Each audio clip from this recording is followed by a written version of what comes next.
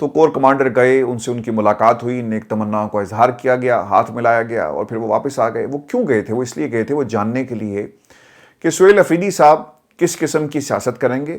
ان سے مل کر ہی پتہ چلے گا نا کہ پانی کتنا گہرا ہے, اس پانی میں اترنا ہے یا نہیں اترنا. سہیل افریدی صاحب آنے والے دنوں میں پاکستان کی اسٹیبلشمنٹ کو کیا ٹف ٹائم دیں گے؟ کیا وہ آپریشن کے حوالے سے ایک ہارڈ لائنر ہیں اور جو انہوں نے باتیں کہی کیا اس پہ وہ قائم ہیں؟ کیونکہ ہوتا ہی ہے نا کہ جب آپ ایز اے چیف منسٹر ایک کرسی پر بیٹھتے ہیں تو آپ کے خیالات بدل جاتے ہیں, لیکن جب آپ کرسی پر نہیں ہوتے اور آپ ایک ورکر یا پھر آپ ایک ایم این اے یا ایم پی ہوں تو آپ کے خیالات مختلف ہوتے ہیں. تو انہوں نے اپنی رپورٹ دے دی ہوگی, قبائلی مائدین سے ملاقات ہوئی لیکن ان کو نہیں بلایا گیا. دوسرا کام کیا ہوا کہ شہباز شریف صاحب چلے گئے جی چترال.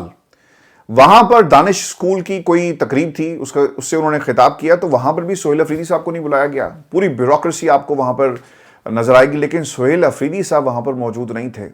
تو بالکل ٹھیک آپ نے کہا کہ تنہائی کا شکار, کیونکہ آپ کے ساتھ وہ بیٹھ نہیں رہے.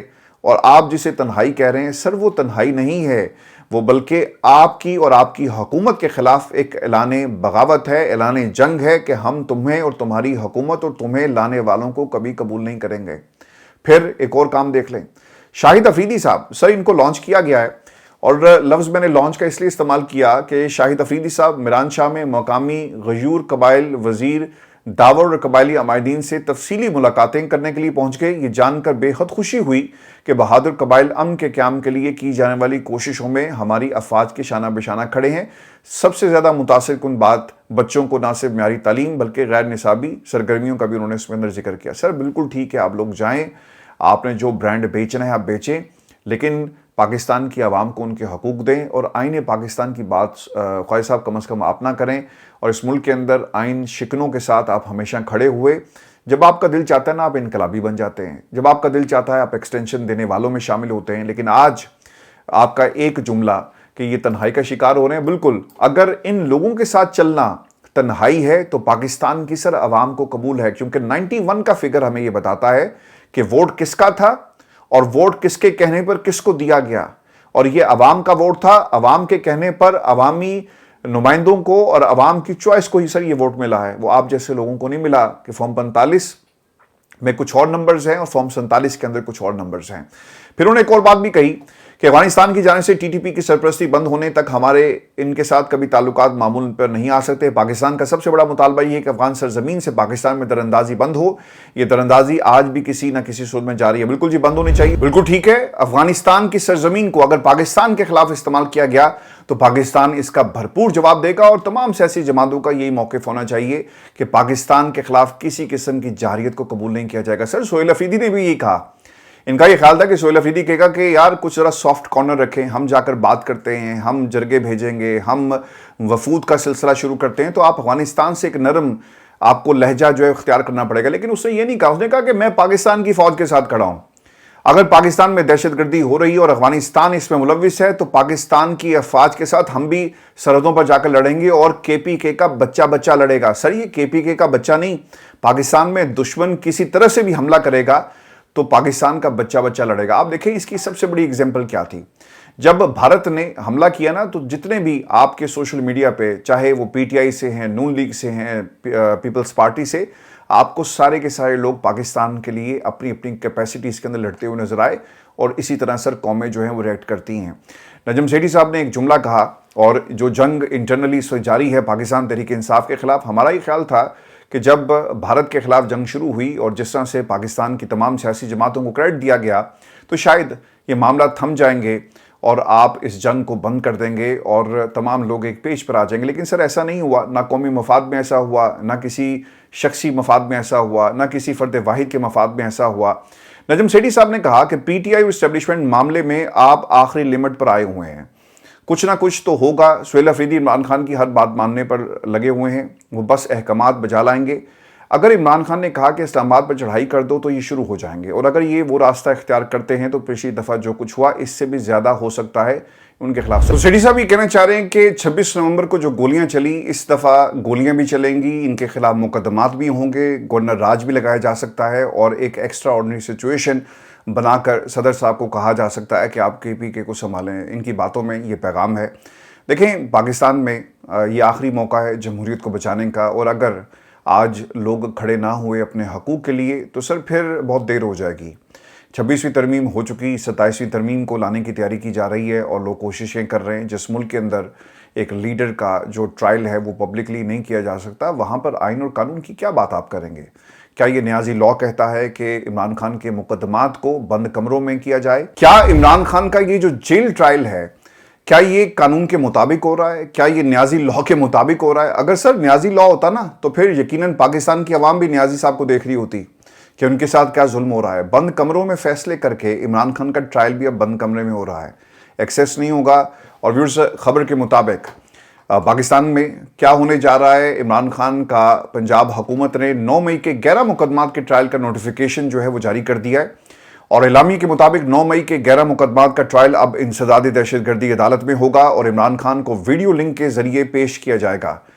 تو اتنی کون سی قیامت آ گئی کہ آپ عمران خان کو پاکستان کی عدالتوں میں پیش نہیں کر سکتے؟ خالد صاحب جواب دیں قوم کو کہ یہ کون سا لاء ہے جس کے مطابق عمران خان کا اوپن ٹرائل نہیں ہو سکتا؟ عمران خان سے صحافی بات نہیں کر سکتے؟ عمران خان نے ایسا کیا کر لیا کہ آپ اس ملک کے اندر کلبھوشن یادیو کی تو ویڈیوز بنا کر پاکستان اور دنیا کو دکھائیں گے کہ دیکھو یہ ہے کلبھوشن یادیو، یہ ہے اس کی فیملی، اور یہ دیکھیں ہم نے اس کو کونسلر ایکسیس دے دیا۔ لیکن عمران خان کو ایکسیس نہیں دیا جاتا۔ اس ملک کے اندر اسلام دشمنوں کی تصویریں کئی گھنٹے چلائی جاتی ہیں، اس کی تقریریں دکھائی جاتی ہیں۔ کیا عمران خان ان دشمنوں سے بھی بڑا دشمن بن گیا کہ آپ اس کی تقریر نہیں دکھائیں گے، آپ اس کا نام اس کے اوپر پابندی لگا دیتے ہیں؟ تو سر کس قانون اور کس آئین کی بات کرتے ہیں؟ پھر دوسری چیز کہ 9 مئی کے 11 مقدمات کی سماعت آئندہ ATC عدالت میں ہوگی، ویڈیو لنک اور سیکیورٹی انتظامات سے متعلق ہدایت جاری کر دی گئی، 5 نومبر کو یہ سماعت ہوگی۔ دیکھیں یہ جو جیل ٹرائل ہے وہ کن صورتوں میں ہوتا ہے؟ جب ہائی ویلیو ٹارگٹ ہو، دہشت گرد، کسی کو آپ پکڑ کر جیل سے باہر اس لیے نہیں نکالتے کہ اگر باہر نکالا تو ایک موقع ملے گا، اس کے ساتھی آئیں گے یا تو اس کو چھڑا کر لے جائیں گے یا پھر اس کو مار دیں گے کیونکہ اس کے پاس سینسیٹیو انفارمیشن ہے۔ تو کیا عمران خان کے پاس کوئی ایسی انفارمیشن ہے جس بنیاد پر اس کا ٹرائل جو ہے وہ جیل میں آپ نے کنورٹ کر دیا؟ اس لیے کہ عمران خان کی ایک تصویر، عمران خان کا ایک جملہ، عمران خان کے حوصلے، عمران خان کی تصویر کے ساتھ ساتھ صرف ان کی ایک جھلک اگر پاکستان کی عوام تک پہنچ گئی تو سر پھر آپ اس انقلاب کو نہیں روک سکتے۔ یہی وجہ ہے کہ آج آپ سکول کالجز میں جا کر عمران خان کی ضد میں ایک کاؤنٹر نیریٹو کھڑا کرنے کی کوشش کر رہے ہیں، جو تیار تو آپ کرتے ہیں، بناتے بھی ہیں، لانچنگ بھی آپ لوگوں کی کر رہے ہیں، لیکن سر وہ کامیاب نہیں ہو رہا۔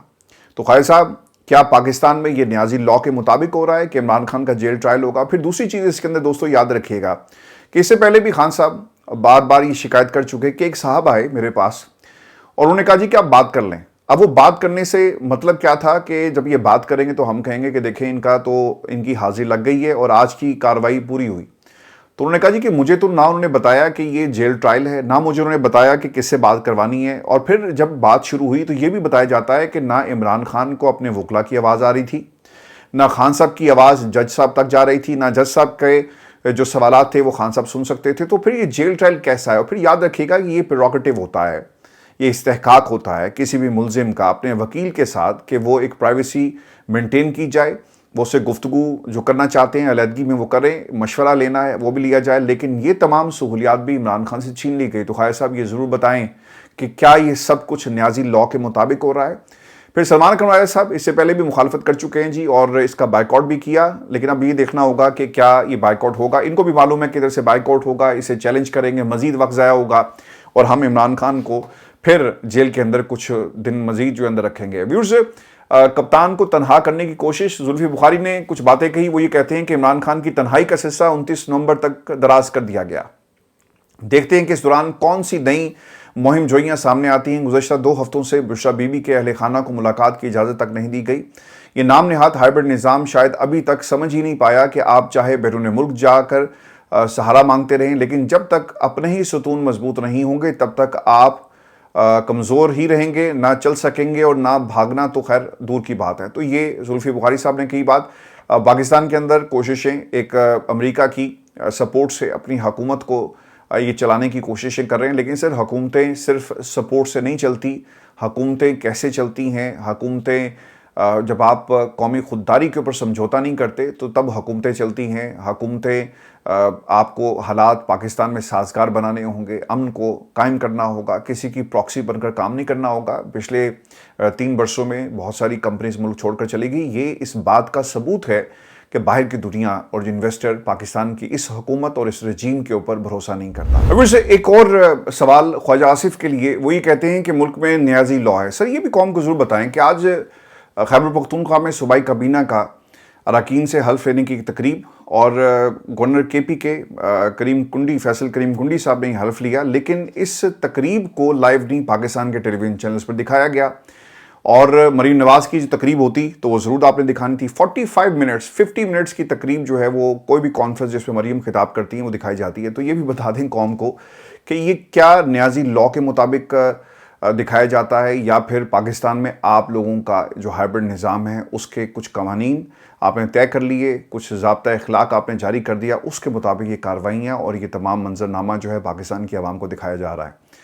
آج شیر افضل مروت صاحب جو ہیں جی، وہ گئے اور انہوں نے خواجہ آصف صاحب سے ہاتھ ملایا، اور ہم تو خیر بہت پہلے سے آپ لوگوں کو یہ بتا رہے ہیں کہ شیر افضل مروت صاحب جو ہیں وہ انہی کے بندے ہیں، انہی کو پیارے ہو گئے، اور خواجہ آصف صاحب جن کے روزانہ جو ہیں وہ قصیدے پڑھتے ہیں، آج ہاتھ ملاتے ہوئے شیر افضل مروت نے کہا کہ ایک دوسرے کے لیے نیک خواہشات کا اظہار کرتا ہوں، کسی کو میرے ہاتھ ملانے سے تکلیف ہوتی ہے تو ہوتی رہے۔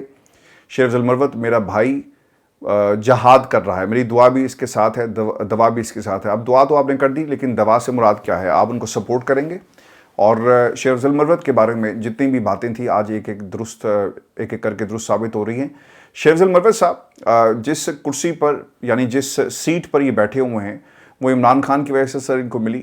تو اگر آپ واقعی ہی عمران خان کے نظریے کو نہیں تسلیم کرتے اور خواجہ آصف سے آپ نے ہاتھ ملایا اور آپ واقعی پاپولر ہیں، تو چھوڑیں سر اس سیٹ کو اور جائیں عوام میں، آپ کو آپ کی اصل حیثیت جو پتہ چل جائے گی۔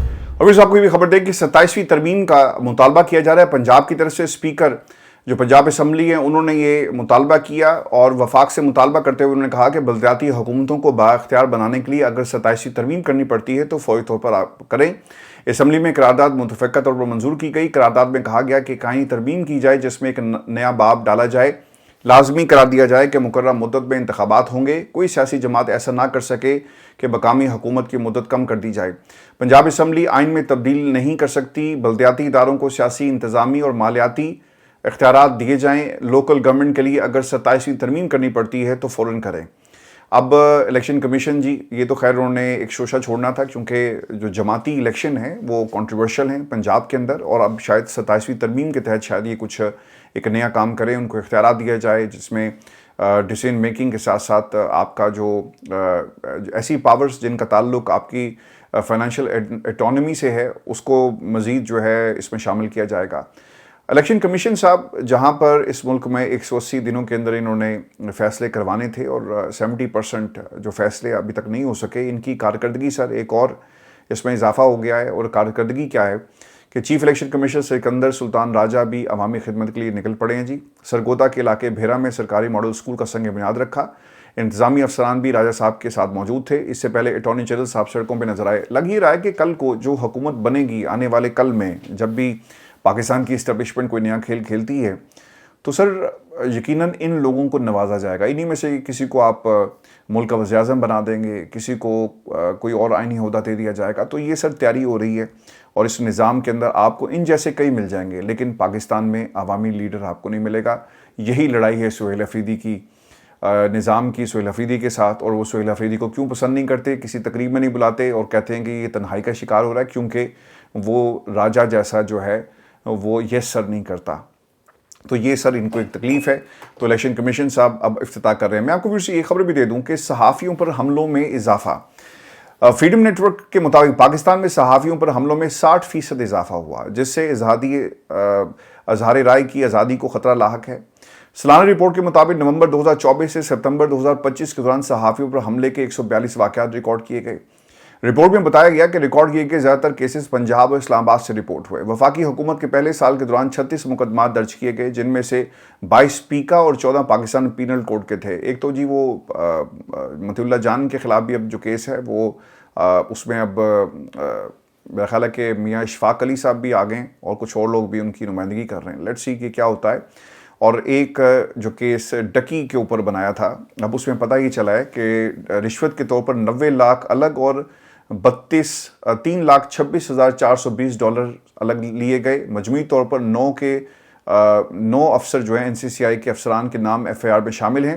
اسلام آباد سے اغوا ہونے والے عثمان بھی مقدمے میں نامزد ہیں۔ ملزمان پر دیگر مقدمات اور کال سینٹر سے بھی رشوت دینے کا الزام ہے۔ تو انہوں نے پورا جی ایک اپنا سلسلہ بنایا ہوا تھا، ایک گروہ تھا جو یہ کام پاکستان کے اندر کر رہا تھا۔ میں آپ کو یہ خبر بھی دے دوں کہ زین قریشی کے وارنٹ جی گرفتاری جاری ہو گئے، اور خبر کے مطابق زین قریشی کی داد میں عدم پیشی پر وارنٹ جاری کرتے ہوئے اسلام آباد کی انسداد دہشتگردی عدالت کے جج طاہر عباس سپرا نے غیر معمولی ریمارکس دیے۔ ریمارکس کیا تھے ذرا سنیں۔ ایک جج کیا کہہ رہا ہے زین قریشی کو کہ زین قریشی کے وارنٹ گرفتاری جاری کر رہا ہوں، وہ عرس پہ شامل ہیں لیکن عدالت میں پیش نہیں ہو رہا۔ اب ان سے کہیں کہ کوئی پھونک ماریں کہ عدالت وارنٹ گرفتاری ختم کر دے، کوئی ایک کام کر لیں، یا درباروں کو مل کر بیٹھ جائیں، یا تویز دھاگا کریں، یا مکمل سیاست کر لیں، یا شاید ان کی سیاست مذہب کی بنیاد پر ہے۔ تو یہ ایک انتہائی پرسنل قسم کے ریمارکس جو ہیں وہ مجوکا صاحب کی طرف سے دیے گئے۔ یہ وہی جج ہیں غالباً؟ نہیں، یہ وہ نہیں ہے، وہ مجوکا صاحب تھے، یہ سپرا صاحب ہیں، طاہر عباس سپرا۔ خیر، انہوں نے بھی خان صاحب کے حوالے سے پہلے بھی کچھ فیصلے جو ہیں وہ دیے۔ تو سر یہ پاکستان میں قانون جس کے مطابق یہ کام ہوتا ہے، تو خالد صاحب سے پوچھیں کہ کس قانون کے تحت یہ سپرا صاحب جو ہیں، جو آپ کو پسند ہے وہ قانون، اس کے مطابق یہ فیصلے دیتے ہیں، ریمارکس بھی دے رہے ہیں، تو کیا آئین اور قانون اس بات کی اجازت دیتا ہے کہ کوئی جج اس طرح سے پرسنل ہو؟ دوستو یہ ہماری آج کی ویڈیو تھی، آپ سے رات کو انشاءاللہ ملاقات ہوگی۔ اجازت دیجیے، اللہ نے کے بعد۔